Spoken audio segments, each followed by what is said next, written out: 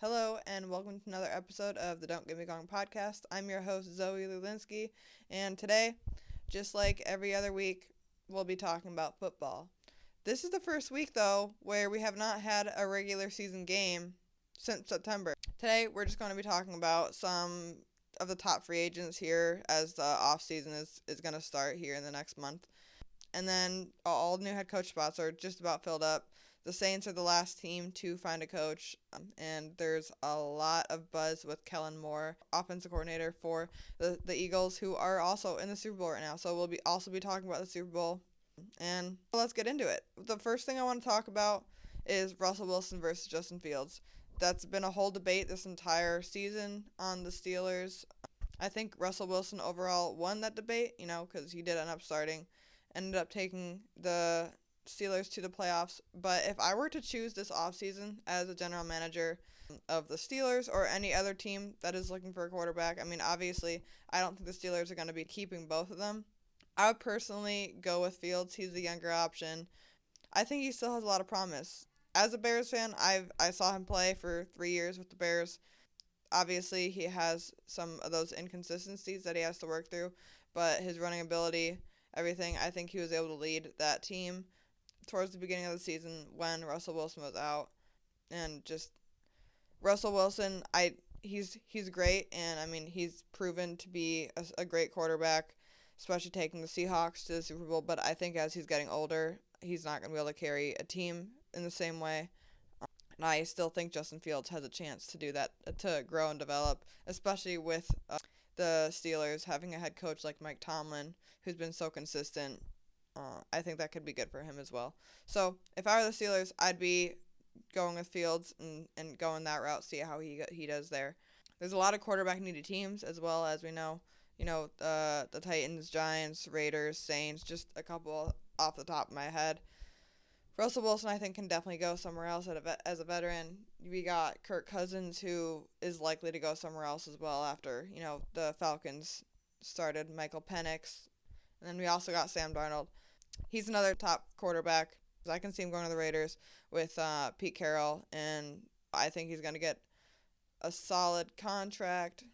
I think these free agent veteran quarterbacks in general this year are going to be, even for short-term deals, most teams are really desperate for a quarterback in the offseason, and with the draft this year being a little bit weaker at the quarterback position, I think these veteran quarterbacks like Russell Wilson, Sam Darnold, Kirk Cousins, I know he's not a free agent, but he will likely be on the move. I think all these guys will get opportunities with these quarterback-needy teams. Teams like the Saints don't have a stable spot yet, so I think these guys are going to either – they might not be long-term spots, but I think some teams are going to be willing to pay Sam Darnold some big money just for at least a few years to try to work out that position as they're rebuilding. And then another top free agent who's been in the news this past week is Trey Smith. He's an offensive lineman for the Chiefs, who are in the Super Bowl right now.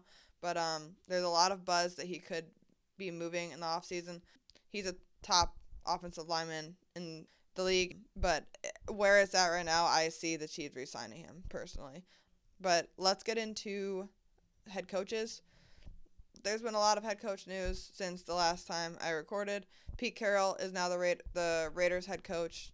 Liam Cohen has also signed with the Jaguars, which leaves only one team left with a head coach opening. And I do also want to rank these head coach hires. So far, Ben Johnson. I have Ben Johnson number one for head coaching jobs for the Chicago Bears. I think it was a great hire. He's been well thought out as the best candidate this offseason so far as well. Great offensive mind, has been play calling for the Lions the last 3 years, and they've been a top four offense all 3 of those years, and have averaged around 29 points per game. I think that's a great resume, if you want to call it that. At that position, I think he's a really good fit for a young quarterback like Caleb Williams. The team already has a lot of weapons around them. Keenan Allen might be leaving, but they still have Rome Odunze, DJ Moore, lots of weapons on that team with a top 10 pick. They have 3 picks within the top, 3 or 4 picks within the top 70 picks in this upcoming draft, especially with a draft that's so stacked with talent and these top to middle rounds. And then also they have lots of cap space, so I think that's a solid hire for the Bears and Ben Johnson. He has a lot of room to work with, lots of talent to work with. And then, of course, number 2, the top 2 coaches in this cycle, in my opinion, were Ben Johnson and Mike Vrabel. They're pretty interchangeable for me. I would have been fine with either if I were a fan of any of these teams. Mike Vrabel, he's strong leadership. And actually, I don't think he really ever should have been fired by the Titans. He brought them to the playoffs, 3 times, and they made it to an NFC championship in his time there. Strong-willed guy, obviously, but I think that's going to be really good for the Patriots locker room. And then surprisingly, maybe not, but I have Pete Carroll at 3 for these hires so far. Obviously, Pete Carroll is 73, and I think will be 74 by the time the season starts. But in his time with the Seahawks, he had 14 seasons, and he made the playoffs 10 out of 14 seasons. He's a good offensive guy, gets respect out of the locker room. I don't care how old he is. Everyone thought of Bill Belichick as a top option, and he's 1 year younger. He's 72. Of course, Bill Belichick did go down to the college level, but if you're a fan looking at these teams and you were mad that Bill Belichick isn't your coach or that your team didn't hire Bill Belichick, you should not be mad that your team hired Pete Carroll. Pete Carroll has had lots of success in the league so far, and I think he's a really solid hire for that Raiders team. He gets respect out of the locker room and is a really good offensive-minded guy. And then at number 4, I have Aaron Glenn. Really, all of these top 4 coaches, I think, are really good hires. Aaron Glenn, he's, again, strong leadership, has had a top defense this past year with the Lions. And to make it even more fun and unique, he played for the Jets and has been a part of that organization before, so I think he'll fit right in there. Liam Cohen and Brian Schottenheimer are the two guys that are a little iffy. I think the Brian Schottenheimer hire for the Cowboys is a little bit questionable. He was the offensive coordinator for the Cowboys this past year under Mike McCarthy, and it seems like they kind of just decided to look inside with that team and hire someone on the cheaper end. And no offense to him, I think he did a solid job with the Cowboys, but he wasn't on any other team's radar. And I think just going with a guy like Schottenheimer that they're familiar with and might not be getting as much attention from other teams, he'll be a cheaper option to go with. I'm curious to see. They hired Matt Eberflus as their defensive coordinator, which I also don't think is a bad option. He was a great defensive coordinator. There's some guys like that just don't fit the head coach role, which I think Matt Eberflus is definitely one of them. Same can be said for the defensive coordinator the Bears hired with Dennis Allen. Dennis Allen is a great defensive coordinator. I think both the Cowboys and Bears will be in good hands with their defensive coordinators. But at number 5, I have Liam Cohen. He just signed with the Jaguars. The thing that messed me up with this hire the most was just the news surrounding it. They went from keeping Trenton Balk, their GM, to realizing they don't have any candidates at coach because none of them want to work with that GM. So they fired him after losing out on all the top options, which a little late in that role. And then they ended up hiring Liam Cohen a day or two after announcing that he pulled himself out of the job. And I think the way that was handled with Liam Cohen and the Buccaneers was a little bit questionable.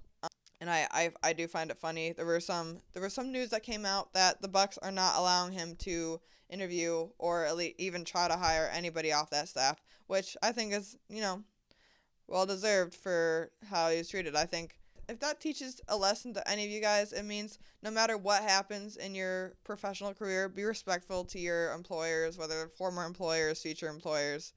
Be respectful to them. You never know what you're gonna need out of them again. But at number 7, it's the Saints. There is a question mark at Kellen Moore. I think he's the favorite right now. If it's not him, it'd be probably Mike McCarthy. One guy I'm surprised that hasn't been in the news for head coaching more is Todd Monken from the offensive coordinator from the Ravens. I think he's done a great job building an offense around Lamar Jackson and making a top rushing game in the league. So I'm surprised he hasn't been another option that teams have looked at. I know the Bears interviewed him, but I really haven't heard much else. But yeah, so I think the Saints will be hiring Kellen Moore. They're having a second interview with him. He is also in the Super Bowl right now with the Eagles, so that's just one thing to watch out for in the next few weeks as the full postseason comes to a close. But speaking of the Super Bowl, let's get into Super Bowl predictions. I think I've stood by this, and for most of the offseason, I had the Chiefs making the Super Bowl. Did have the Lions winning, so that was wrong, of course. But Chiefs versus Eagles, I do have the Chiefs winning over the Eagles. The Eagles have a really great defense, great rushing game, have looked really solid this offseason, but I can't get over what the Chiefs have done. Despite them not having the best offense or the offense that we've seen them have in the last years, I think they're still continuing to dominate, especially in the playoffs. The NFL, the football in general, is a completely different game in the playoffs, and they know how to win. They've won back-to-back Super Bowls looking for a three-peat. I think that alone, that shows the commitment and the intensity they have. And if you're winning back-to-back, you're going to want to win for a third one. You're going to want to set that record. That's also not to say that the Chiefs aren't talented. They're very talented. Of course, Patrick Mahomes, top quarterback in the league. Travis Kelce, he's lights out right now in every single game that they've played. And they do have a number 9 ranked defense total this season. So they have a solid defense. If they could stop the run with Saquon, I think that is the X factor right there, Saquon. If you stop Saquon, that Eagles offense, they're bottom 5 in the league in passing offense this season. So if you could stop them in the run game, which is a hard task to succeed in, I think the Chiefs should get the win there. But either way, I think it's going to be a really close game. I do have the Chiefs winning over the Eagles 27-23. Both these defenses can really hold an offense to quite a few points. I think it's going to be really entertaining. And I'm also super excited for the Super Bowl halftime show. SZA's coming out as a guest, and all I hope is that they play All the Stars. It's a great song. If you haven't heard it, you should go listen to it. Super excited for the Super Bowl halftime show. Super excited for the Super Bowl. Don't get me going, and I'll see you guys next time.